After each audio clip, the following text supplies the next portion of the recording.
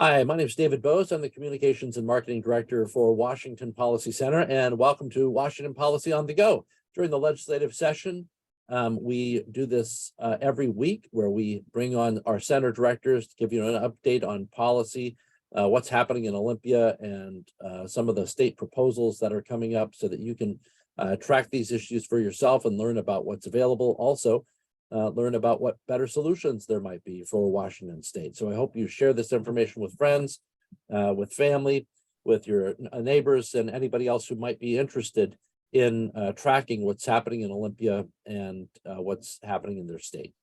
So with that, I want to remind you that the way we work this out is I'll call on a center director. If you have a question for the center director at any time while I'm speaking with them, please put it in the Q&A box. The Q&A section of the Zoom is probably on the bottom of your screen. And then I'll ask that question during that period of time. Don't wait, because once the center director is off, well, then they're off. I will say, though, if you think of a question later, if that's something that you wish you would have asked, go to washingtonpolicy.org. All of our center directors have their emails there, so you can then email them directly if you think of a question later that you didn't get a chance to ask today. But just for the sake of the conversation, odds are if you have that question, there's a lot of other people who do as well. So just feel free, be brave, put the question in the Q&A box, and I'll make sure that we get to as many questions as possible during the show. Now, today we're going to be joined by Pam Lewison, our Center for Agriculture Director, Jason Mercier, our Center for Government Reform Director, and first we'll be joined by Liv Finne, our Center for Education Director, who is with us now, and she did some work over the holiday I wanted to ask her about. Hi, Liv. Thanks for being on, of course. You were testifying to the legislature during the Martin Luther King holiday, and I wanted to ask you about that bill because it was a reminder of last year as well, where there was a bill put forward to reduce the amount of time teachers are spending in the classroom. Tell us about it. Yes. So the bill this year is Senate Bill 5054, which would redefine the definition of instructional hours to reduce by 4 hours a week the amount of time that teachers are required to spend with their students, which is essentially equal to canceling Fridays or Mondays. And the purported reasoning and need for this is, and what I resent about this bill, in addition to hurting students, is the cover that is being given for it. They call it a bill to promote professional learning communities. And because the union wants less time spent with teachers, but they have to create some need for this, and what they want to do is impose mastery-based learning on every district in the state. And they have to train teachers in this entirely new methodology of instruction. But in the meantime, they want to cut instruction for students. And it's exactly like the bill from last session, except that they have a new set of words to cover for it. Last time, you remember, they wanted to get credit for asynchronous learning, which is basically homework time. And again, cutting 20% of the school week that is provided for students. And of course, the minute you sort of uncover what they're trying to do here, everybody sort of shrinks in horror, because I don't think there was anyone in that room that was really convinced that reducing the number of hours that teachers spend with their students is going to help students in this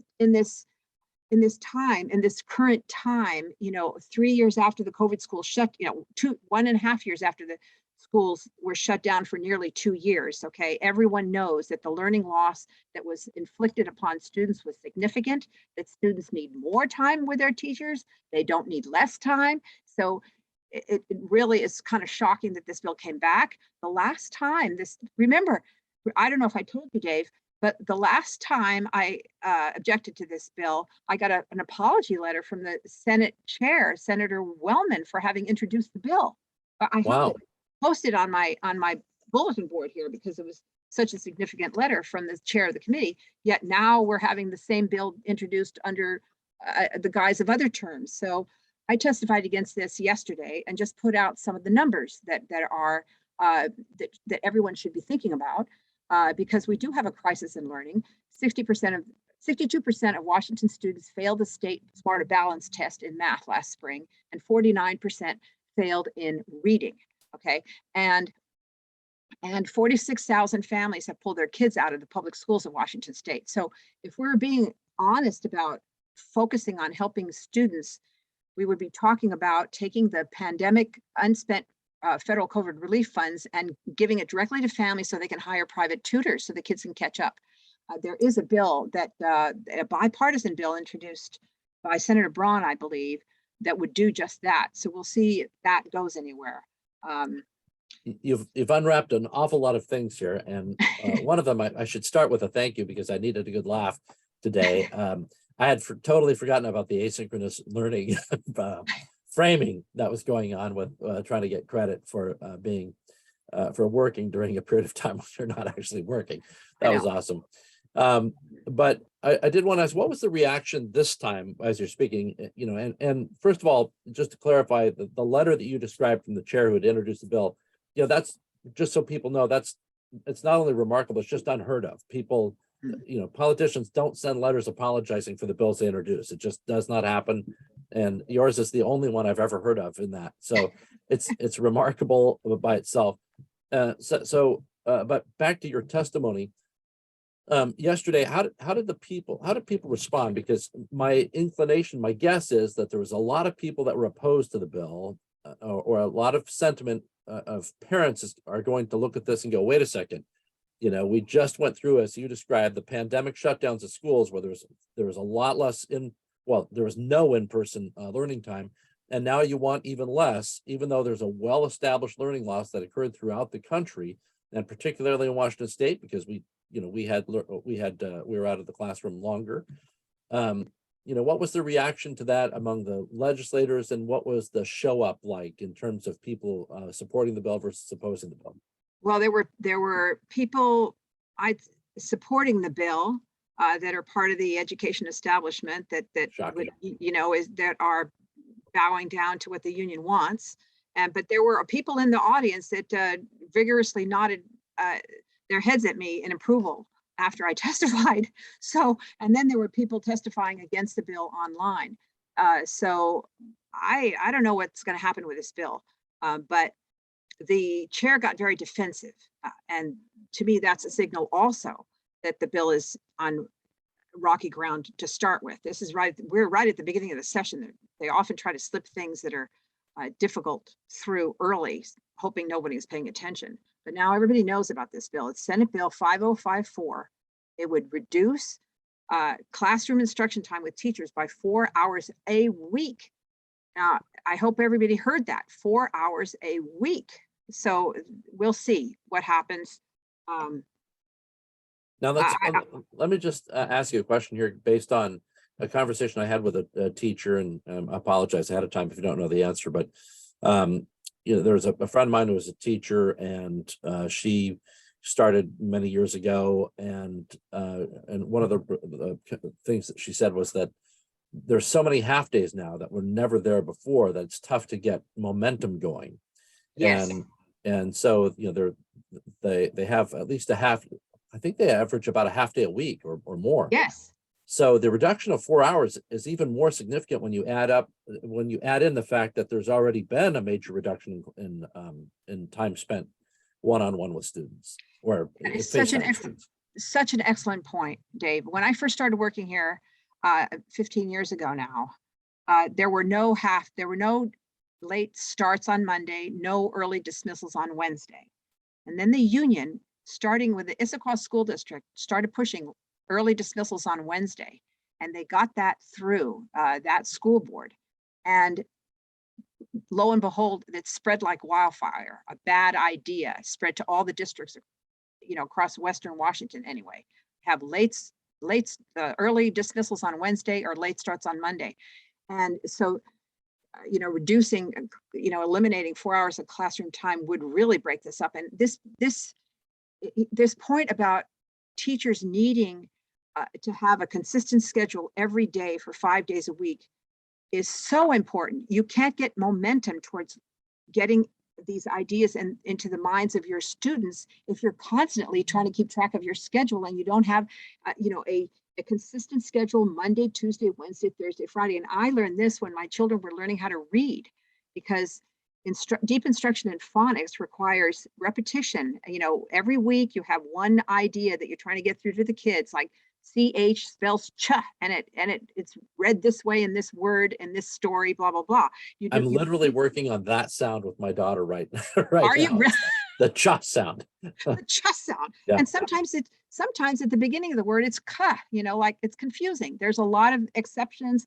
Children have to go through this. It's difficult to acquire the language and the reading skills. And if the teachers are not able to repeat consistently, then the children don't learn.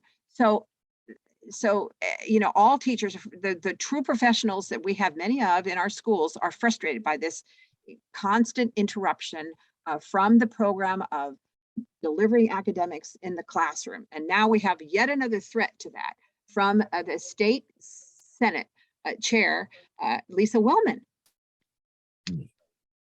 And there was an acknowledgement, like I said, there's been some media coverage of it. There's been national studies confirming this. There's really very few people denying that there's been learning loss, with the exception, I'll say, my understanding is that our own state superintendent of public instruction doesn't like to use the phrase learning loss. It's been a week of kind of shocking revelations. That's how he started out. State superintendent of public instruction, Mike Bell, had a press conference right at the beginning of the session, right before the session started last Monday. And one of the things he said to the assembled press with his finger wagging is, do not use the words learning loss. There is no such thing. Our children are gaining, they're progressing in their learning, they're accelerating in recovery, which is not true. And so this is what's, they feel guilty and responsible for keeping the schools closed longer than many of the states in our country. We were 47th in the nation to reopen. And the results are showing on the NAEP scores. That's that National Assessment of Educational Progress that is given as a national, report card. It's a gold standard for testing. It's done on a representative basis to see where children are learning. And we've dropped before COVID, our state was in the top 10, 12 on the NAEP. Now we're right at the middle. We're at the we've definitely dropped in our performance, and our schools are now clearly not any better than any mediocre middle. And that's a disgrace, and they're embarrassed about it. And so they have to do something to take pressure off of them because they were responsible for closing the schools longer than they should have been. So it's really not the most, inspiring leadership that we could have. You mentioned that he said that we're accelerating in recovery, isn't it? I mean, doesn't that also say for recovery to occur, you have to have something happen to you, right? Yes. I mean, something bad has to happen. Yes, that's where the learning loss comes in. So you're saying don't use learning loss, because we're accelerating in our recovery. That's from excellent. What? Excellent point. Why is there recovery needed, right? Why are we? Yeah, great point. Recovery from too much acceleration, I guess. Too much learning happening. We're laughing, but it's tragic for the kids in the schools. So they lost, especially middle school math. I'm reading in the analysis from university researchers that they're most concerned about the drop in learning abstract concepts in middle school, so that we have ninth graders now who are starting Algebra 1, which is very theoretical and abstract, and they don't have the building blocks that they needed. They never got those that they needed to succeed in algebra. And so if I were the parent of a child in that age range, I would be paying money to have them tested to determine where they are and have them tutored privately, because the state doesn't appear to be concerned about your child. And so this explains why so many people have pulled their kids out. They're homeschooling their kids, they're paying private school tuition, or they've left the state. I'm up on Twitter. There was a fellow yesterday who said, I decided to get out of this state. I'm now in Nevada, where it hasn't gone fully woke, and they're actually teaching kids, math and science, which I thought, wow. I just think it's shocking that with all of the acknowledgement of learning loss, which is it has not been a partisan issue nationwide, where people of all political stripes have recognized it, and it should be fairly obvious that one major bill would come up here, for reducing hours at this point in time, I know. when, as you point out, there's just, there's been so much loss that you'd think everything would be about adding hours and adding face time for the foreseeable future to get, because you pointed this out in your study recently on learning loss, that experts estimate these kids have lost, those who suffered through this, these years of less face time with teachers, that their economic well-being, they'll lose maybe a year's wages over the course of their lifetime, which Absolutely. seems bizarre. I don't know how people calculate such things, but it's done. And so there's lifetime effects that kids are dealing with. And it seems to me that this kind of thing will only add to that. Yes, there will be, the children that were hurt by the COVID school shutdowns will earn less money, of course, through the course of their lives, and particularly low-income families whose parents were emergency workers on the front lines who couldn't be home to help their kids with the remote learning. So if we really cared about, equity, we would be really focused on this like a laser. I mean, I heard it, the Indiana State Superintendent a couple of weeks ago say, we need to focus on learning loss. Okay. Now there's a person who's focused on the mission of the schools, to educate the children and not try to, push the union's agenda through and get more money. I mean, it's really, it's a real statement about who is the favored party, the privileged party in politics of education in Washington State. It's certainly not the children or the families. Well, you don't have a question, Liv, but I did want to leave you with this, because I know you've got a lunch appointment coming up, and that is Rachel typed in that you did a great job speaking yesterday, and I'm sure a lot of folks who saw you felt the same and appreciate your voice there in Olympia to speak some common sense. So appreciate you being here, and you have a great rest of your day. And I'm sure as we do this weekly throughout the session, based on that issue alone, we'll be seeing a lot of each other coming up. Well, thank you very much for the nice words, Rachel, and for you too, Dave. Take care. Bye-bye. Take care. Thanks. Bye-bye. Let's turn now to Pam Lewison, our Center for Agriculture Director. Pam, one of the things that caught my eye in the Agriculture Center was that there's a return of the buffer bills being situations where the state wants farmers to give up, farmers and others, I shouldn't just limit it to farmers, but it's a big impact on farmers and ranchers, to give up big chunks of their land for public good without a whole lot of public compensation. Tell us about the latest incarnation of the buffer bill and buffer bills and what it would do. So what's interesting about the latest incarnation of buffer bills is that they are effectively trying to recreate a program that we already have in the state called the Voluntary Stewardship Program, with some caveats. So I'm going to backtrack a little bit. The Voluntary Stewardship Program was established through a 3 years long stakeholder process with folks from forestry and agriculture and commercial and recreational fishing and tribal representatives. And everyone sort of sat in a room and had an agreement mediated about how to identify critical habitat areas, and then in turn, how to preserve farmland as part of creating these habitat areas. So they're meant to go hand in hand in the VSP program. House Bill 1215 and its Senate Companion 5266 seek to recreate portions of the Voluntary Stewardship Program. What it looks at doing is establishing these buffers without being quite so concerned about preservation of farmland. So you have, these proposed buffer areas that will work with site potential tree height, which is a really complicated and fancy way of saying they'll take the oldest trees at their average height and apply that to the length of the buffer in any particular geographic area. That's something we haven't seen before. A lot of people have pushed for it because site potential tree height buffers are larger than our current buffers.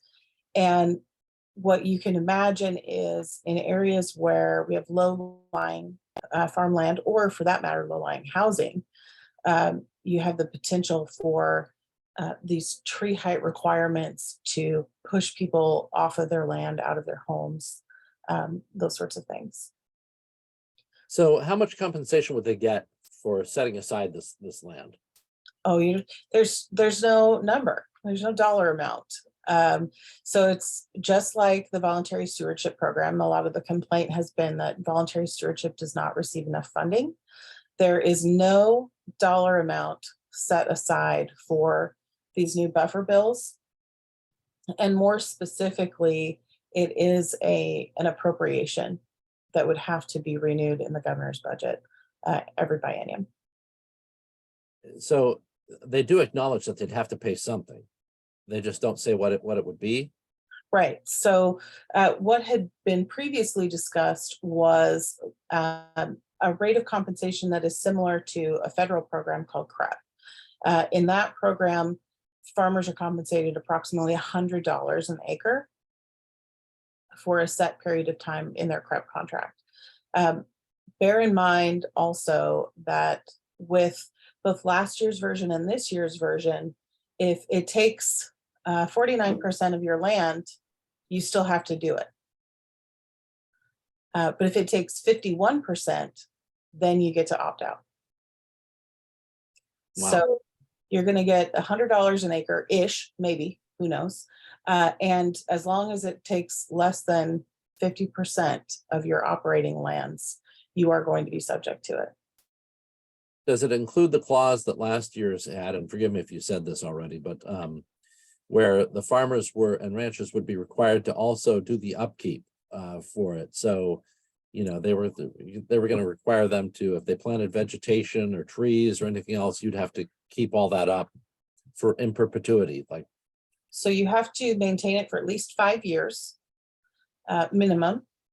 And that includes also on your penny, if they don't come up with some sort of compensation package, all of that maintenance work, the planting of any trees or shrubs that have to go into those areas, and any other sort of site preparation that you have to do ahead of time. There's a river flowing into downtown Seattle, or the Duwamish, and then there's in Spokane, there's a river. In these urban centers, if there's a river and a development there, is there the same offset for the buffers, or do urban areas and cities get a different policy? So unlike last year, where it was truly specific only to rural and agricultural land, which is egregious on its own, this year there's a little notation that says residential and urban areas, as well as public lands, will have to be examined to determine how best to install buffers there as well. So but there's no teeth in that. I mean, that would be, there's still a mandate for somebody else. And then if they say, well, we'd have to examine this to determine the best way, how long is the determination going to take? That seems to me there's a lot of wiggle room there where you could say, well, turns out the best way to do this one is, it's already being done. We've got a sidewalk next to it. We're going to have to call that good. I think the trouble with it is when you look at ag and rural land and communities, the assumption is that it's not being used for anything. It's just there. Right. And there's not a house on it or any sort of building that's going to be in some way impacted. And so I can see in this bill that the burden of this is still all going to land squarely on our rural and agricultural communities, rather than being shared through the rest of the state. And the irony of it is, the more difficult you make farming and ranching in Washington State, if people leave that land and leave that profession, then what's going to happen to the land? Houses, development. I think really, when you look at it, there is not an amount of compensation for most farmers that is enough to offset a complete way of life change and the sacrifice of particularly generational farms. And Washington State is home to mostly generational farms. So what you're talking about is asking someone like me, who's a fourth generation farmer, to say that a paycheck from the government is more valuable to me than the 3 generations before me who have farmed on my farm. And most people in that situation are going to choose to maintain their land ownership. Farmers aren't farmers because they want to get rich. They're farmers because they love what they do and they love the land that they do it on. Also, I guess we should take this opportunity to address the science of it. Because last year, when we went through this bill, Todd was on at the same time as you and was pointing out that the buffers that were being requested or mandated in the bill at the time, that they were well beyond what would be necessary to protect the fish and the streams or rivers. And so the request was even more egregious if you follow the science, which the state loves to claim to do. So what's interesting is right now, functionally, most buffers in Washington are about 60 feet. And once you get beyond 100 feet from a body of water, any benefit to fish in that body of water is pretty negligible because you're overlapping maybe into the other side of the body of water, or you're doing something else that maybe offsets some of those benefits. So what ends up happening is once you get beyond that 100-foot mark, you're not really helping anything. And site potential tree height in Washington, bare minimum would start at about 140 feet and could go as far as 400 feet. Wow, that's just crazy to me. It is. Question from Heidi: why does this topic keep coming up? Who's driving it? So Heidi, I think this particular topic keeps coming up because we have a governor and legislature who are more concerned about salmon recovery than they are about finding cooperative solutions to habitat restoration, conservation, and farmland preservation at the same time. And so when you have such a narrow focus on one species and one topic, what ends up happening is everything else just gets thrown out the window. It's certainly a baby with the bathwater situation in this case. Let's go to your next question here. Elaine says, we did some simple math on the forest riparian easement program that will pay small forest landowners 50% of the value of their trees to address small business economic impact in 1999. The cost, lowball estimate, is over $1 billion for a 50-year easement. I guess that's more of a statement than a question, but any comment?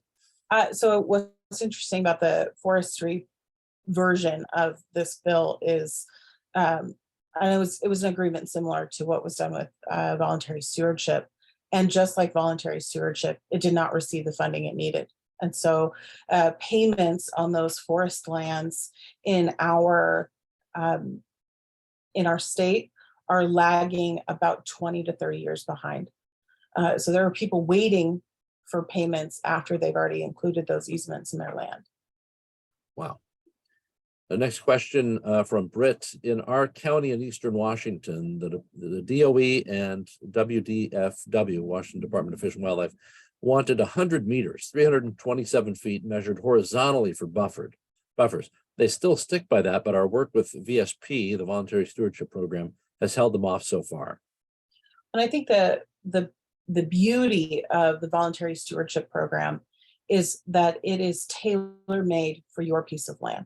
And that is something that we should be seeking, is going out to each place where there is some sort of critical habitat area. And maybe it's riparian and it has to do with salmon, but I live in Eastern Washington where the vast majority of it is not about salmon, it's about birds and predatory animals.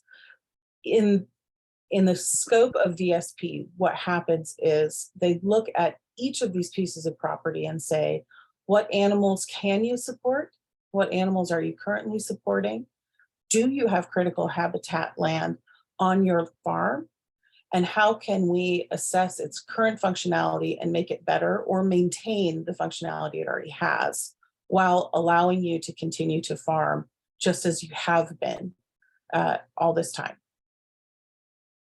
Next question, what's the ag community doing to make sure you don't end up in the same boat? And by the way, buffers in forestry land are larger than 60 feet. Yes, so forestry is a sort of a different kettle of fish, and that is correct, Elaine. They are much larger because your crop is trees, and for the rest of us, it's not. I think ag as a community is trying to coalesce around this notion that we don't need a bill that duplicates a program that already exists. All we need to do is support the program that we already have. And I harken back to my county in particular because Grant County was the first to ever have a voluntary stewardship plan approved by the state. And because of that, that original plan has become the template for several other counties that participate in the program. What I would like to see, or what I think, I hope everyone from the ag community that's listening agrees.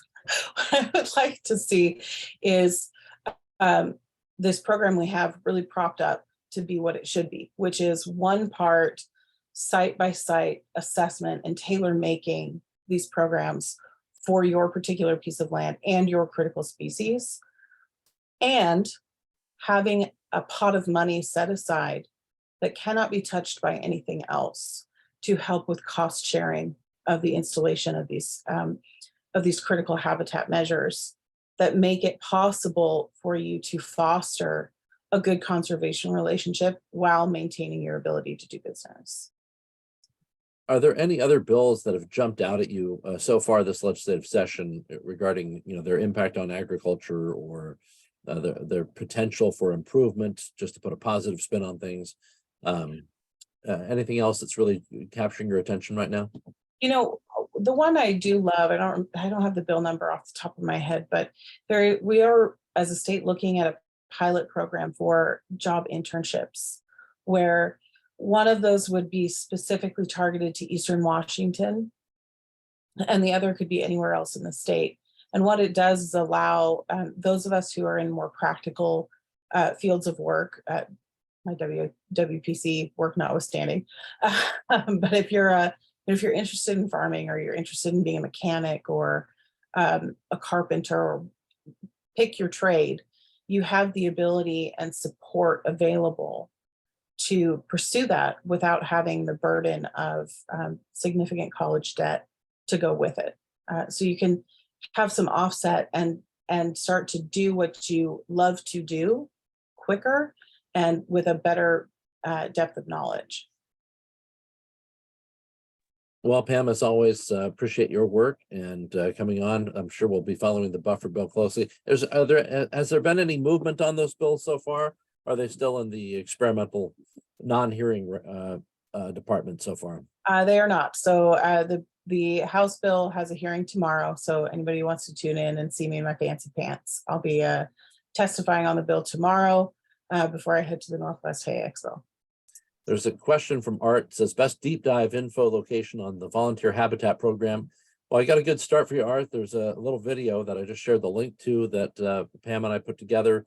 It's an animated video. It gives you information on the voluntary stewardship program. You can also read more on her center page, the Center for Agriculture page at WashingtonPolicy.org, and you can reach out to Pam directly there as well. There's another question. Well, it's more comment in from Elaine, wants to share war stories from the small forest landowner community on riparian protection. They have 20 years worth of experience, good and bad, and want you to have their email address. So be sure to grab that when I'll send it to you here now so that you don't miss out on that there.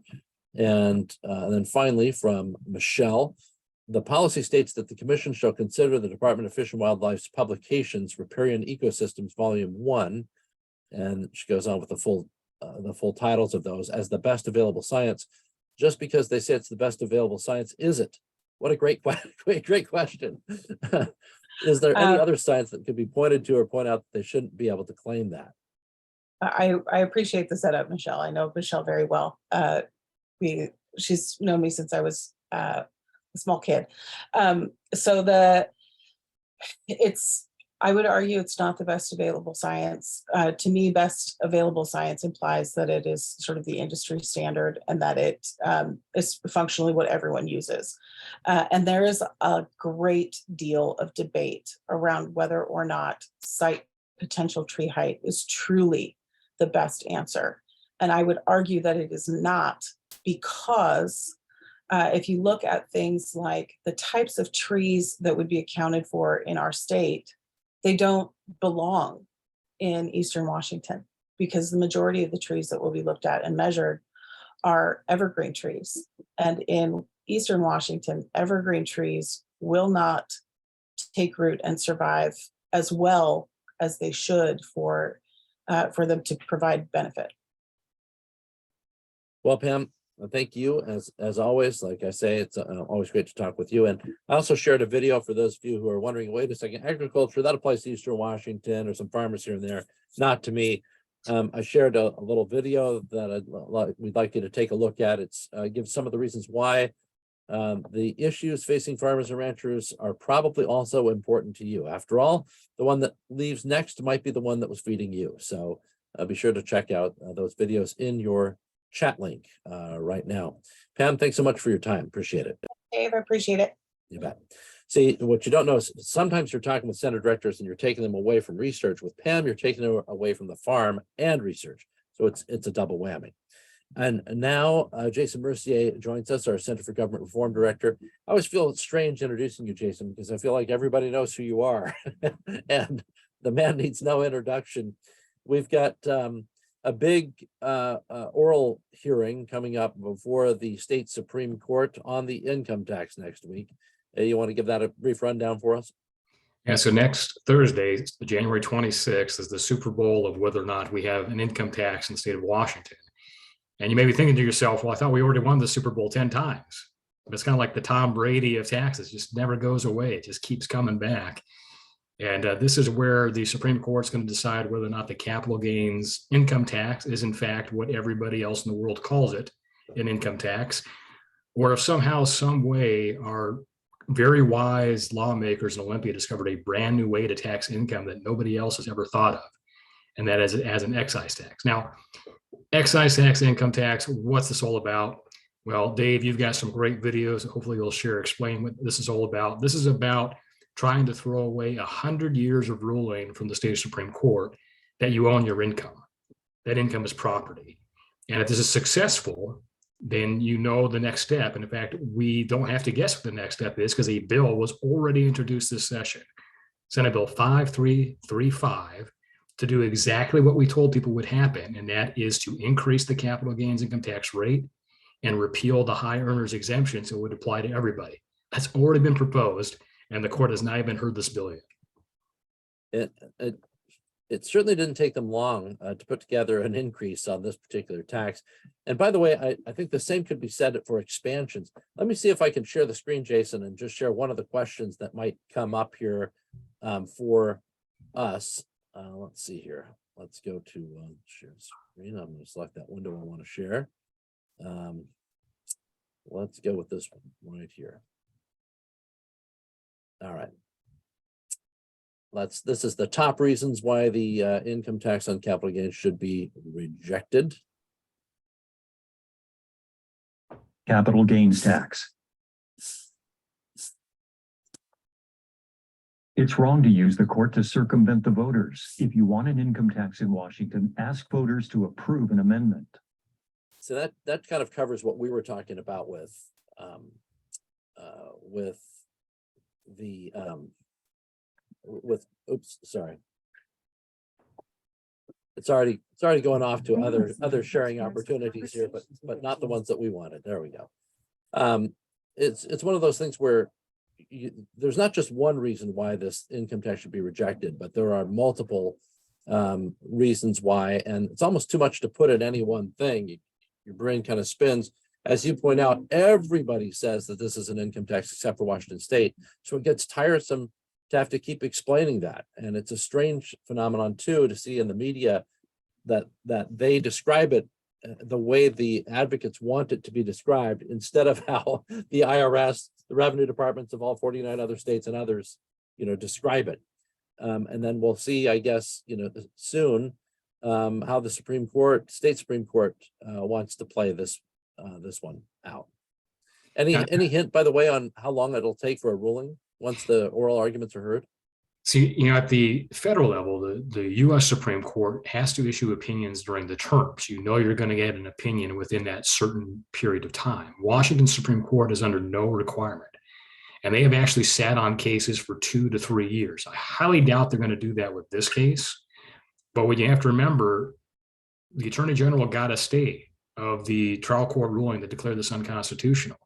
So the Department of Revenue already has let everybody know, even though this hearing is on January 26th, on January 28th, their rules go into full force and effect, and they're expecting taxpayers to comply with this and submit their federal income tax return and any tax owed by April 17th. It's going to be really unlikely to have a court ruling before April 17th. And it's strange too that your federal income tax return is required for something that's not an income tax, right? They have to look at your income tax form in order to figure out your income so that they can figure out their excise tax. So I searched the rules the Department of Revenue posted and how they're going to administer and implement this tax. 32 times the phrase income tax showed up in the Department of Revenue's rules. But, obviously this is an excise tax. Let me try to share the screen again and just show there's another question kind of popping up because of an amicus brief filed by the Washington Education Association that you wrote about a few months ago. Jason, let me play that ad for folks. Advocates of the new capital gains income tax want the state Supreme Court to rule you don't own your income. They want income redefined to make income taxes possible without a constitutional amendment. The court should reject this. If legislators want an income tax, they must amend the Constitution. All right, so there you go. This whole idea that we either own or don't own our income. Describe how this redefining property would impact the state and why they need that property redefined. So this is actually a constitutional amendment the voters adopted. Ironically, the voters adopted this constitutional amendment in the 1930s so investment income could be taxed because they wanted investment income to be defined as property. So the language says property is everything subject to ownership, whether tangible or intangible. And what our court has consistently ruled, that means if you own it, if you own something, it is property. And they've said that you own your income. So what the WEA and what some lawmakers are wanting the court to do now, because the voters have rejected 6 constitutional amendments to change that definition so you can have a broad-based income tax, we've said, no, we don't want that. So the income tax advocates are now telling the court, why don't you just go in and by judicial fiat, redefine property to exclude income? And then we can have these type of income taxes without a constitutional amendment. So if that happened, and property was redefined, that would really leave the door open to all sorts of income taxes without a constitutional amendment. I mean, it would just wipe out the precedent that this state has set for 85 years. Yeah, and that's the entire goal of this, right? Taxing capital gains, nobody just does that. California has tried to put those into basically a lockbox because of the volatility. The goal is never to tax volatile revenue sources. The goal is we need a test case to have justices of the Supreme Court do what voters won't. So we can do what we really want, and that is that broad-based graduated income tax that you have in California and in New Jersey. But we haven't been able to do this because the voters won't cooperate. So that's really what this is all about. The state tried to play the game that, well, this is just an excise tax. And they left the dirty work to the Washington Education Association, came in with their brief and said, who cares what kind of tax it is? Just get rid of your prior rulings so we can do what we want. Yeah, and you point out that we have an email to this effect showing that the whole purpose of this is test case, figure out how to do the broad-based income tax. And it's a strange thing too, Jason, because as you've pointed out in numerous writings, the state is not lacking in revenue. I mean, we've had record revenue, and yet we act like we're dying of financial starvation here. How big has the surplus been over the last, say, 5 years? So I'm never really a big fan of the word surplus. I look more at the balance sheet. But if you look at the balance sheet last year, which is why we were calling for a sales tax cut, I think you had between $10 and $15 billion of revenue beyond what the budget assumed. And even after they did that massive budget increase, and we kept getting these indicators that there's a recession on the horizon, our revenues are still increasing to where there's another $1.5 billion above where we were last year. So the capacity is still there to do something that Washington seems to be allergic to, and that is tax relief. But I think the irony about this claim that, well, we have to have this new income tax, and now we're hearing that there's going to be a wealth tax proposed on Thursday, which I want to come back to because they're playing the same game that they played on capital gains. It's like, well, we need these new taxes because we have a regressive tax code. Okay, which tax have you reduced? Which tax have you cut when you've passed these new taxes? Zero, none. They're just adding more. Yeah, and there could have been some truly significant cuts, given the surplus tax revenue, or shall we say the increase in revenue that was unexpected that the state received from taxes over the past several years.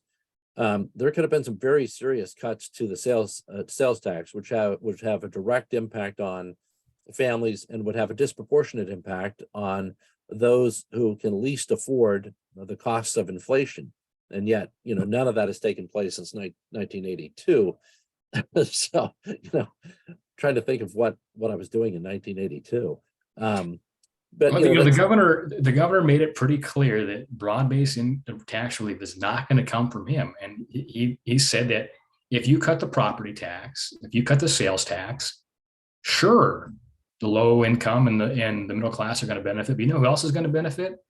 Those dirty billionaires. And I'm not going to give a tax cut to billionaires. So we cannot have a sales tax or property tax cut. That's the viewpoint of the governor.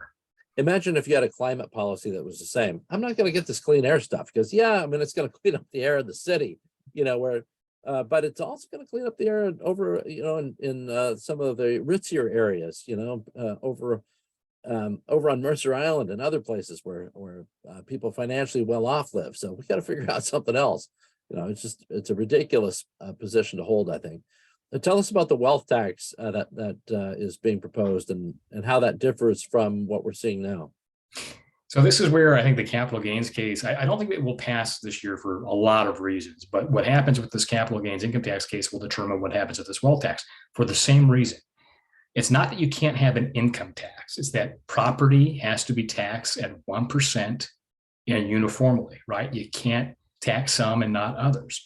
So this new concept that apparently advocates are teamed up, this is going to be introduced in Hawaii and California, and I believe Connecticut and Washington and another state, all on Thursday, a wealth tax.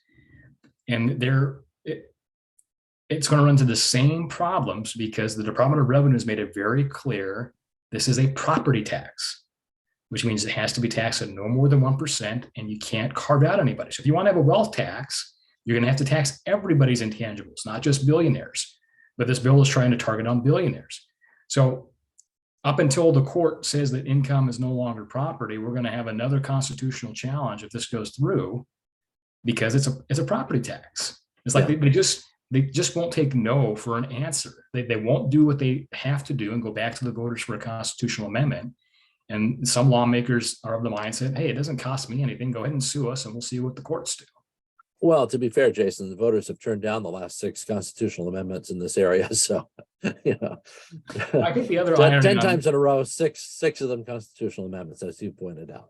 The other irony in this wealth tax, the tax structure working group just completed its process and in fact made recommendations back to the House Finance Committee last week. It's going to be making recommendations, the same recommendations to the Senate Ways and Means Committee today. They remove not only a personal income tax and a corporate income tax from consideration, but they removed a wealth tax from consideration. So what is the point of us doing these bipartisan working groups if we're just going to ignore them and introduce the bills anyway? Now, we've received a lot of bad news here, or frustrating news about the direction of our state and then the push for this change, which, as you say, will never end at the wealth because it can't, right? At the super wealthy, because you've got high volatility in these areas, and they're going to want, and the appetite never ends. You can see that in how they're managing affairs right now. But let's spend just a brief amount of time on a couple of good things that have happened so far, and that's in the areas, or at least good signals, in the areas of remote testimony and and some transparency issues. Tell us a little bit of good news to close off the day with. All right, so three positive things, and a couple of them happened on the first day of session, and one of them is actually I'll be testifying on here in a couple of hours in Ways and Means, and that's a recommendation we've been making 15 years for a tax transparency website. But the thing that happened on the first day of session is the House and the Senate adopted their rules. And in the Senate rules, they actually used language that effectively kills title-only bills. So we're not going to see title-only blank bills at least introduced in the Senate. Unfortunately, that same language is not in the House. You may see them in the House, but we're making progress. And the thing that I would still note, though, the rules are only good for 2 years, and then they have to adopt them again. So you still would like to see a statutory change, but at least in the Senate, they're saying, we're not going to circumvent your right to have know what's happening in the last 10 days of session, and we won't do blank bills anymore. Both the House and the Senate basically adopted rules that make remote testimony permanent. We've been pushing this for over a decade, long before COVID, long before the remote legislative sessions. And there was some concern now that they come back in person, what's going to happen with the remote testimony. As I mentioned, I get to do this here in a few hours remotely from the Tri-Cities. They've made it permanent, so very exciting to see that. And the final thing of good news, again, I mentioned a bill, bipartisan bill, 2 Democrats, a Republican, including the leaders of the Ways and Means Committee, Senate Bill 5158. This is a 15-year-old Washington Policy Center recommendation to create a tax transparency website. Because right now in Washington, there are 1,800 taxing districts, and your home and your business is usually in 10 or more of these. And you really never know, well, who's charging what and are there increases? So with this new website, if it's signed into law, you type in your home address, you type in the address of your business, you would see all the taxing districts you're subject to, at which rate. It would be updated every year, and there would be an educational calculator so you can kind of estimate your tax liability. So not only does this help resolve some of the mystery around taxation, but you get some competition. Let's say I want to live in Tacoma versus Everett versus the Tri-Cities. What would my tax liability be? And you can start to get some competition there. Before I let you go, Jason, there's one question that came up for you regarding the wealth tax from Britt. Will corporations be subject to the proposed wealth tax? Boeing, Microsoft, Amazon, etc. I think the bill has not been introduced yet, though somehow the Washington Post has already got a copy of it and said it's coming on Thursday.